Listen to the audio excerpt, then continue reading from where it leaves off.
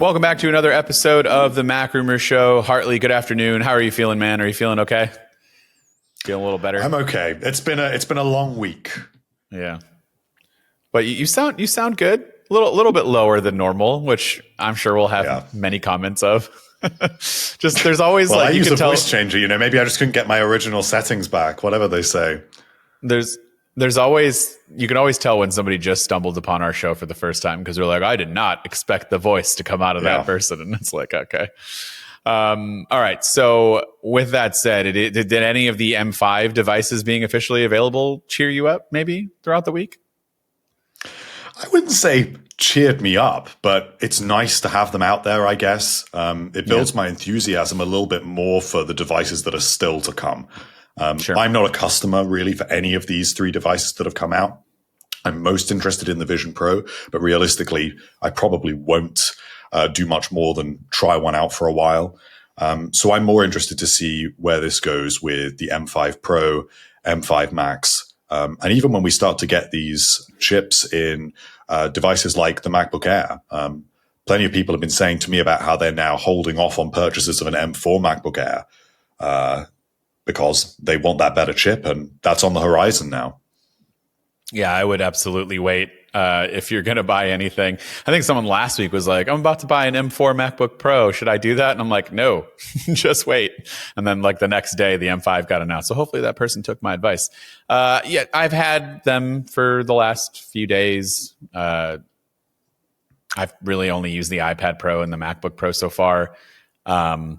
And really, it was just the iPad Pro for the most part. The rest, I just kind of unboxed and got set up. And I mean, I ran some benchmarks. They certainly seem faster in terms of what the scores are outputting. But like, am I going to notice that on a regular basis? Probably not. I can't. I mean, even if like I export a video or render out some, effects that are pretty intense, like the M4 handled it pretty well. I can't imagine I'm going to be like, this seemed a lot faster this time around. Like, I just don't know that I'm going to notice that. So nothing really to report in terms of anything else. It just feels like the same device, which is fine. We have to remind ourselves this isn't for us. This is for those who need to upgrade because you're running off an M1, or maybe you've got an old MacBook Air that you just want a little bit more out of, or I don't know.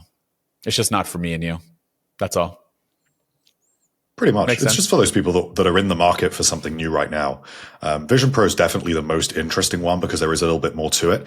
And ostensibly, all the reviews that we've seen this week about the reaction to the new dual knit headband has been really positive. And that does seem to have quite dramatically changed the experience. Also, I don't know if you've seen any of these videos of side-by-side comparisons of how much faster the M5 Vision Pro is compared to the M2.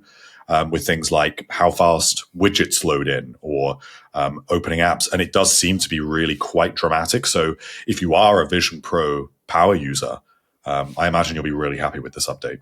Yep, that's next on my list, and I'm excited to get into that. But the other two were a little bit easier to set up and get going, so I figured that's where we'll start. The rest of this, though, this episode's a little depressing because one of my new all-time favorite iPhones that I do not use on a regular basis but really love might be getting the axe already, and this makes me sad. The iPhone Air is potentially on the chopping block. I mean, it is in terms of production for this year, at least. They're going to start, there's been reports of Apple starting to reduce production by as high as 80% for basically most of the supplies, and even some of the components that might need longer lead times to make. I think they're just discontinuing at the end of the year altogether. This makes me very upset because I really do like the iPhone Air, and the only reason why I do not use it all the time is because of the battery. Or I'm sorry, that's not true. Let me rephrase that. Is because of the lack of cameras. The battery, I was going to follow up with immediately, is that the battery is really not that bad for me. I like it. It's fine. It gets me through, and I can do what I need to do and still have battery left over. It has not been an issue for me. It's really just I use a telephoto lens quite a bit, and when I need to punch in for things and I'm too far away, I can't do it, and that's kind of a bummer. But otherwise, the rest of the phone is great. I know some people complain about the one speaker, and I think you'd be on that list too. You've already done it without having the phone.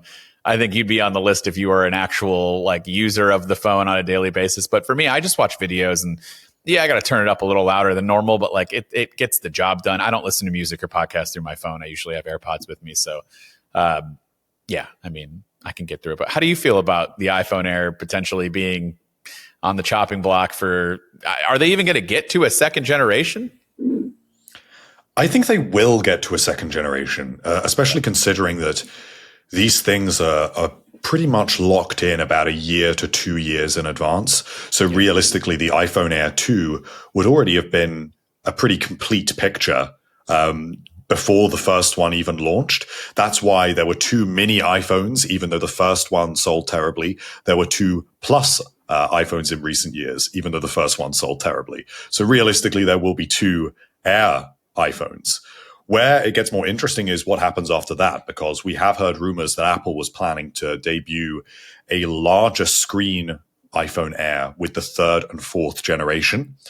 Whether that still happens or not, I think is now an open question, because that is far enough away that Apple could step back from it. But maybe it doesn't want to. Maybe it's still selling in acceptable numbers to justify having this kind of third option in the lineup available. And ostensibly, it hasn't done that badly, which is a hard sort of, it's a complicated issue to kind of process, because the iPhone Air really has defied expectations in a lot of regards. It's extremely durable. The battery life seems to be fantastic. And in general, people who buy this device do seem to be very happy with it. I have a few friends who bought one who are, I wouldn't necessarily say are deeply engaged in the tech community, but they love it. And they appreciate having something that steps back from the sort of the ever heavier and ever thicker nature of the successive generations of iPhones in recent years. It sold out within minutes in China very recently when it went on sale. But at the same time, they're kind of just lingering on shelves, at least in Western markets and at least now in China. And I don't know if you noticed this back when pre-orders opened, but it was the only iPhone model that was readily available on launch day. Everything else was backed up for weeks. But the iPhone Air in general was the most available model. Hey guys, want to let you know this episode of the MacRumors Show is sponsored by Claude. You know, one of the coolest parts of my workflow lately has been experimenting with Claude. I've been using it to plan out projects, research across multiple sources, and even think through problems in ways I wouldn't have on my own. It's not just spitting out answers, it's actually helping me organize my thoughts and get solutions faster. Claude is the AI for minds that don't stop at just good enough. It's the collaborator that actually understands your entire workflow and thinks with you, not for you. Whether I'm sketching out a video script or working through a complex production timeline, it just feels like I've got a partner who's always on the same page. One thing that it's been is a huge time saver. Claude's ability to connect with my tools just makes it so much easier. I mean, I can pull stuff from Google Workspace, Notion, even my calendar, and it gives me the context that I need all in one place. There's no more jumping between apps or tabs. And honestly, the research capability is just next level. I'll ask it to break down something technical, and it not only finds the info, but connects the dots across dozens of sources that I'd never even think to check. It's like having a second brain for the work that matters most. If you're ready to tackle bigger problems, sign up for Claude today and get 50% off Claude Pro when you use my link. That's claude.ai/Mac. That's claude.ai/Mac, MAC, right now for 50% off your first 3 months of Claude Pro, which includes access to all of the features mentioned in this episode. claude.ai/Mac. Thanks, Claude, for sponsoring this episode. So yeah, I noticed that. I think we went through this. The one phone of the iPhone Air model that wasn't available was the Cloud White in, I think, almost all of the configurations. So that was the only one, weirdly, but everything else was pretty much available. Some of them had like a week delayed ship times, but you can get them in stores. So yeah, and I also, to go back off your point of the China launch thing, I've heard that they are selling really, really well out there, which is interesting. So maybe that form factor is just better for different regions of the world. I don't know. I don't know. I think this is by far the best option out of the other three, or well, I guess two that have failed. And, out of the three, I think this is the best option. The Mini would have been fantastic. I think it would have sold really well had it been a Pro. Like if it had the same level of, stuff that you get in the Air now, but it was a Mini. Like, could you imagine having promotion on it, and maybe you have, the two cameras and they were good cameras. I don't know. I just feel like and it was the same build quality, titanium, like I feel like that might have done well. We've always talked about this Pro, mini iPhone and whether it would sell. I don't think we'll ever know, but I don't know. It really bums me out because I really do enjoy this phone a lot.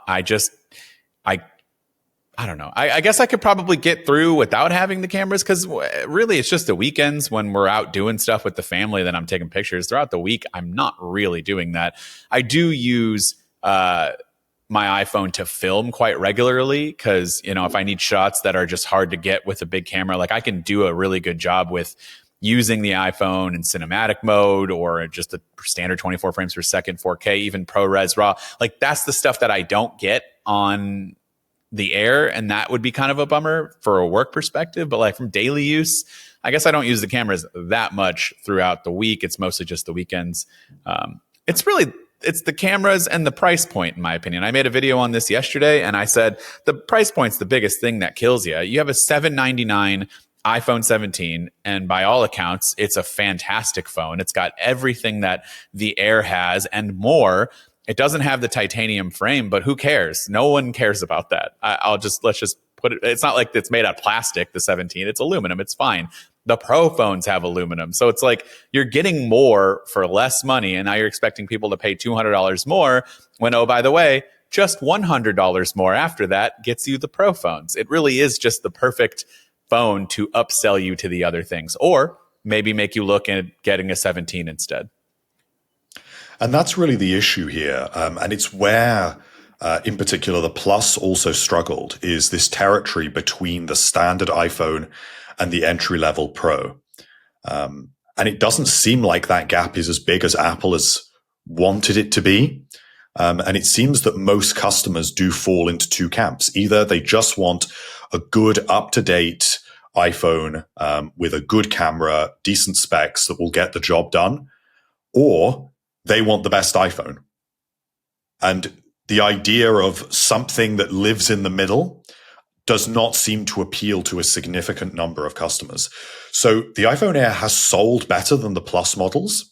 And in that sense, it is a success. And also, it is, of course, rumored to be the basis of the foldable iPhone, where Apple has miniaturized all of this technology and is developing these skills that it will be able to deploy next year, and that this is kind of a test run to achieve that.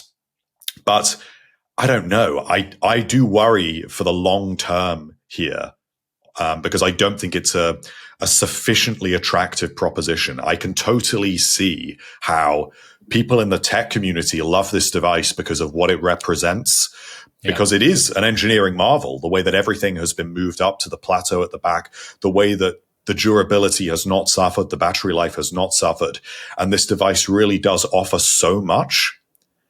But the average person is still going to look at it in an Apple store and think, why would I buy that instead of a Pro? And yes, there are all of these debates about maybe the in-store experience will sell it. But people are weird.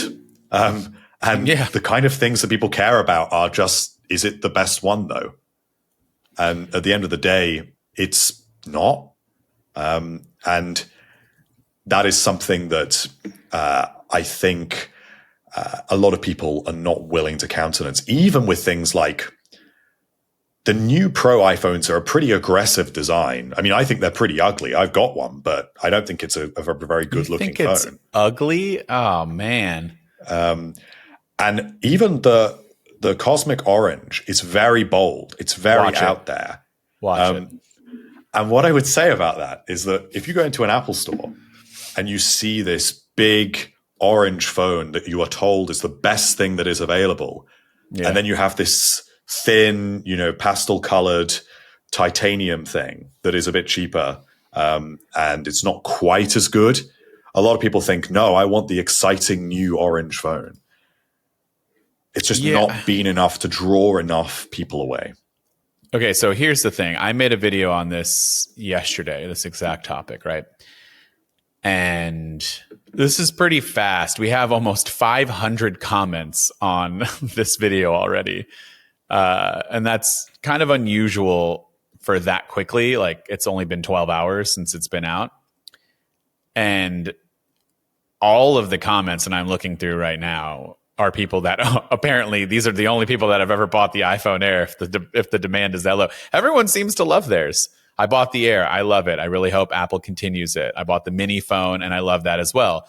So there's a little tie in to the mini. I love the Air, but I missed the telephoto. So I swapped to a Pro and gave my wife the Air, and she was a 13 mini user and it was similar weight. So this is just all the people that loved the iPhone, 12 or 13 mini are now just finding a second love in which is much larger, but if it's still the same weight, that's probably a pretty big, option for them and a reason why they would go for it. The iPhone Air is amazing, and I loved having it moved from my 14 Pro Max. So there's that. I mean, every single comment, sad, I have one and I absolutely love it. One person just wrote, it's the price, which, I mean, not wrong. So I don't know. I feel like I need to know, because there's reports. What did the report say? What was the exact quote? Virtually no demand. Come on. No demand at all. Also, just real quick, I know it's slightly off topic, but to piggyback off of what I said last week about the Vision Pro and how I still go into stores and see people trying them on. I am still sticking with that because I know what I've seen. But when I went to the store this past week to pick up some things, someone saw a Vision Pro being purchased, and one of the Apple Store's employees said something, and the other one laughed and said, it's like seeing a unicorn. And so then I had to ask, what do you mean? Do you not see these sell often? And they said, literally never.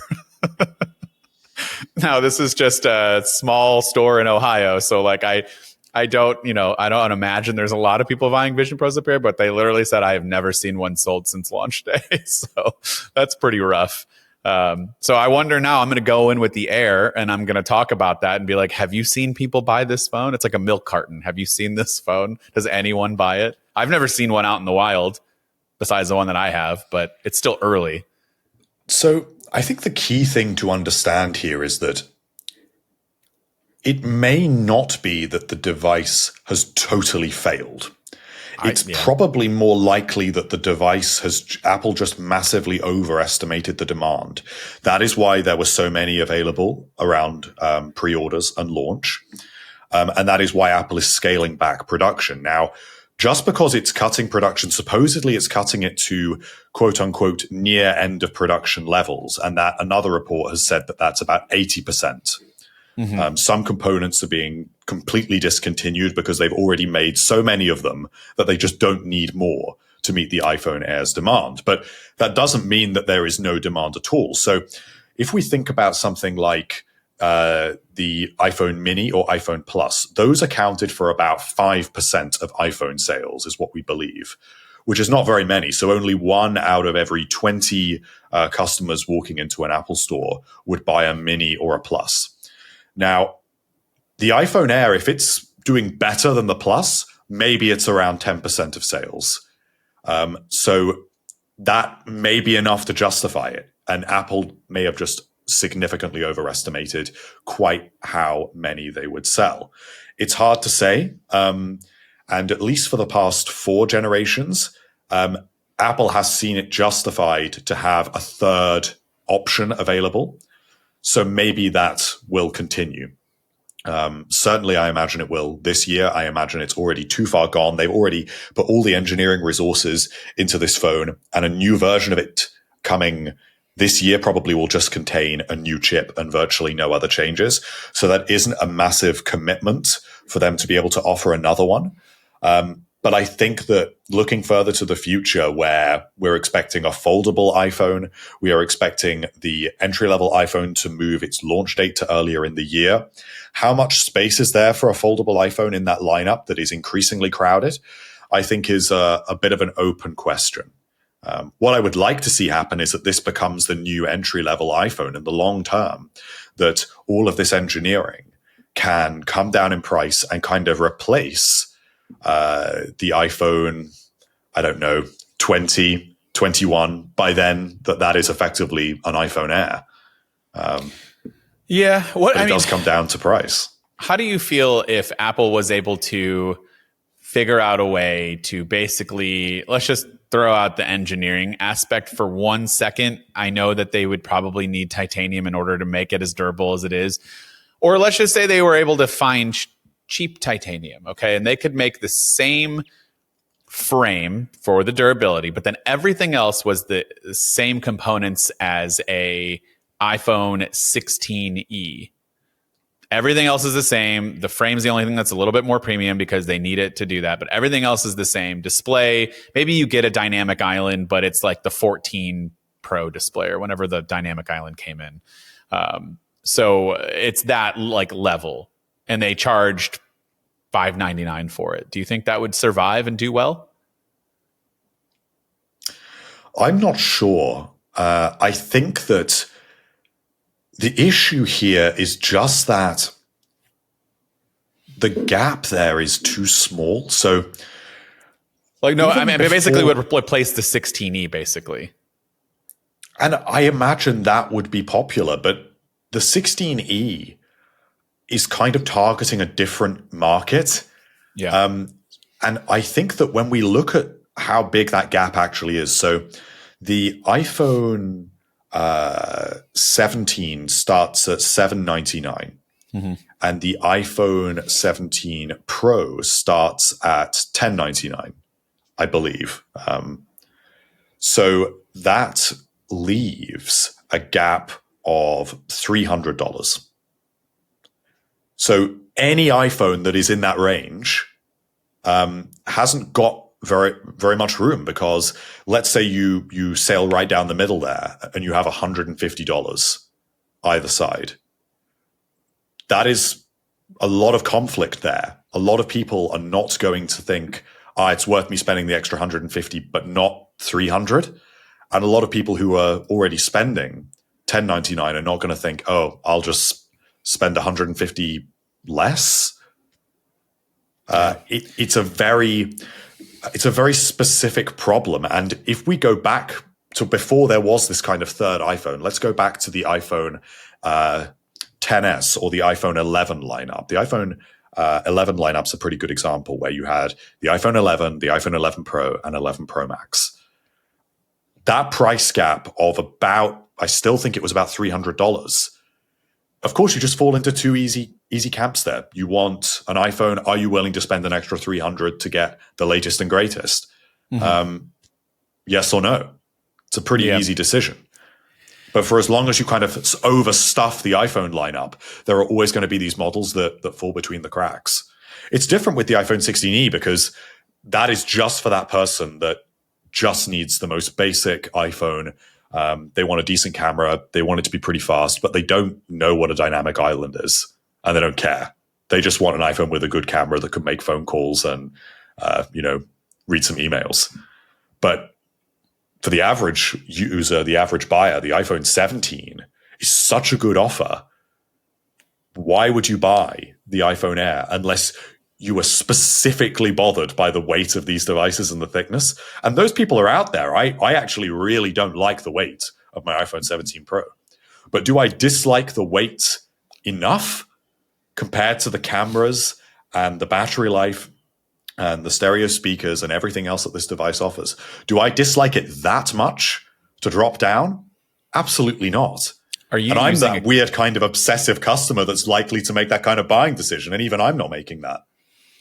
I think we just need a show one day. And I'm going to say this, and I'm going to get people that email me, but I have to break this news to you. If you listen to the show, you do not fall in this category, but we need to find like 20 people who do not care about any of this and just bring them on and ask them questions so that we can finally get like a consensus of how the average person thinks when they're buying this stuff. I think that would be so incredibly interesting, because we make assumptions and then people will come and be like, you don't know anything about the average person. But I'm also thinking to myself, I would say most average people don't comment on YouTube videos or podcasts about tech stuff. They just don't. If you're watching this, you have slightly above average to very highly above average interest in tech. And that's not, to me, the average person who goes out and buys an iPhone.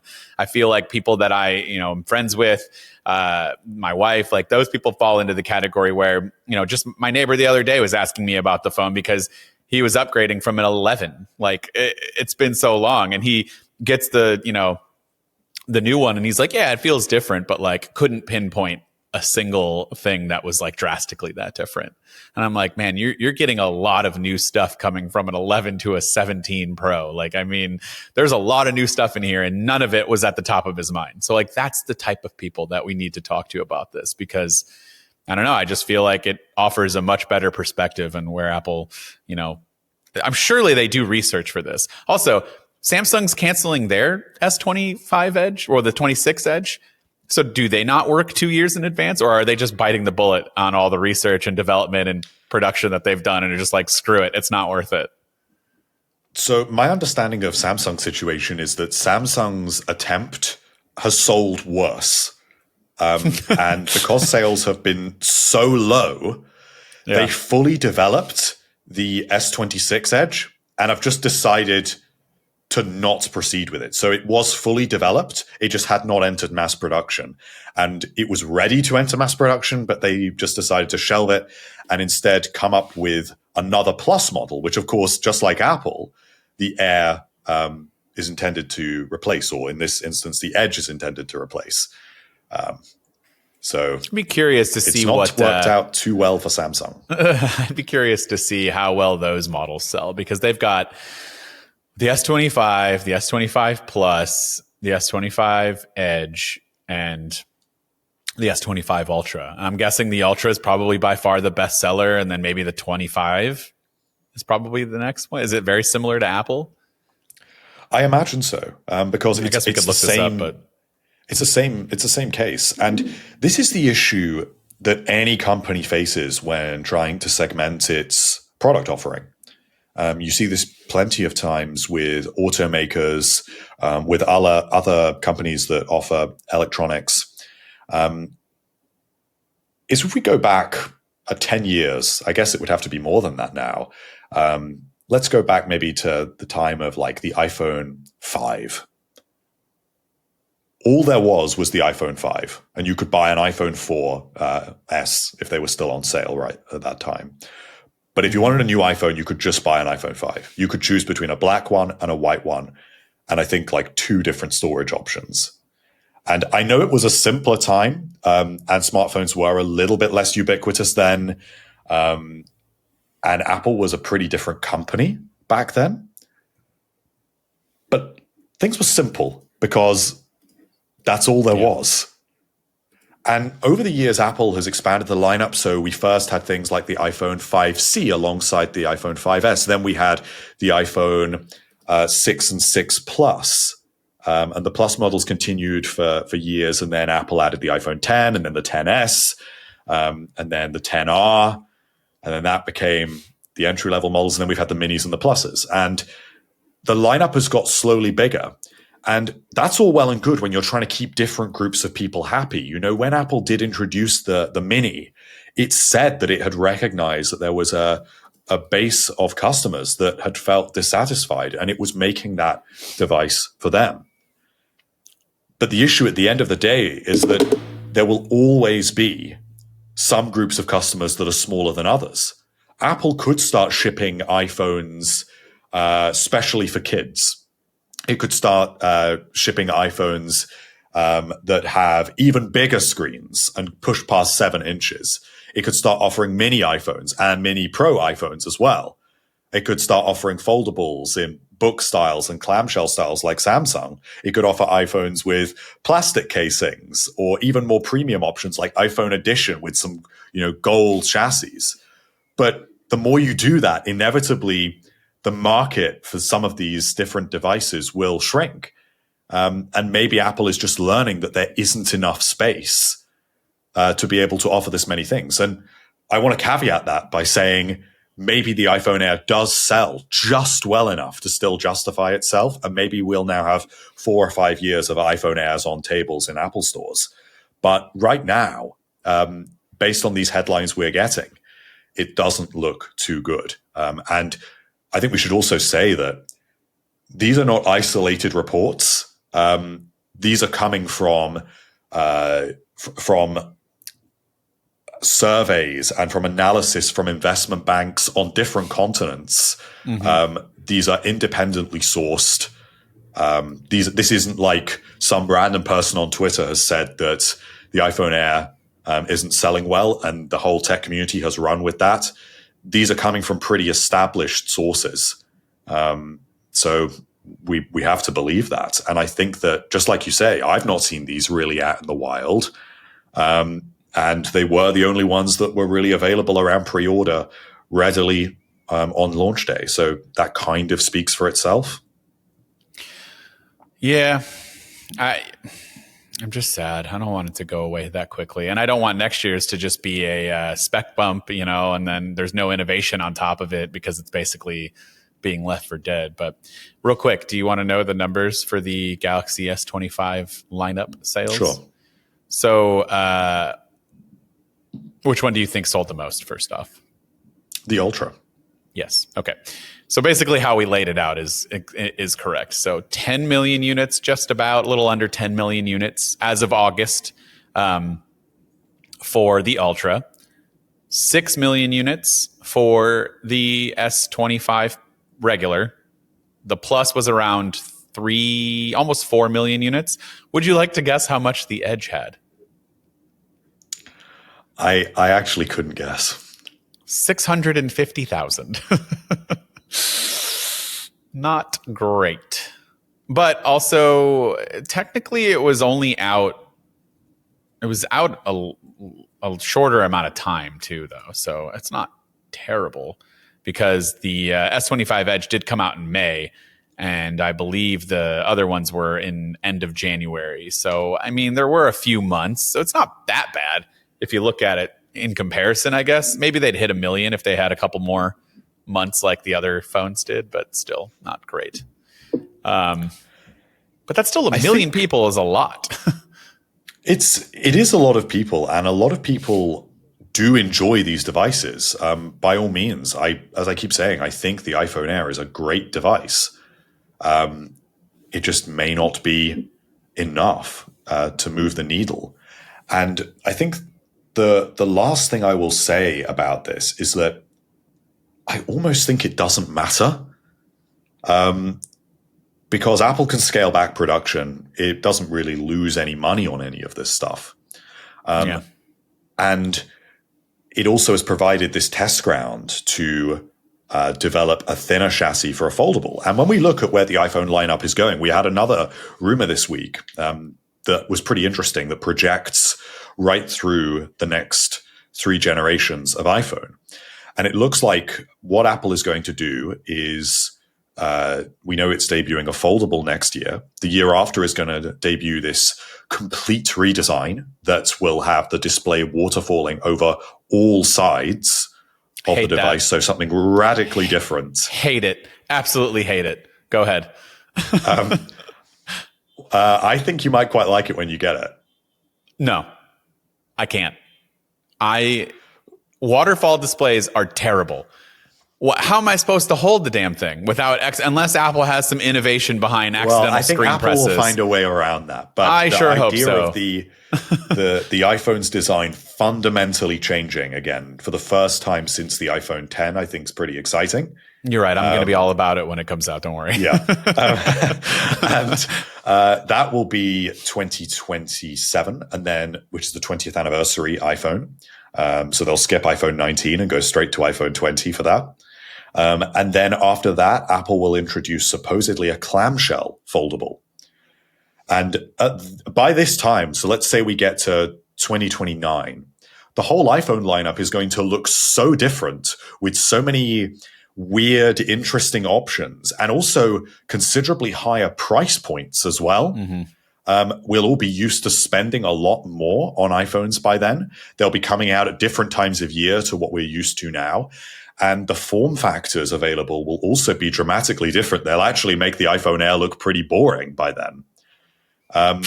So I think by the end of the decade, this really won't matter, because you could have an iPhone lineup that looks like a book-style foldable iPhone at the top end, and then a clamshell foldable, and then probably an entry-level model. Right. And the industry norm will move toward foldables. And as those get thinner and more durable, and as there is no perceivable crease, I think non-foldable iPhones gradually will phase out. And the iPhone Air will have just been that device that helped us get to that stage.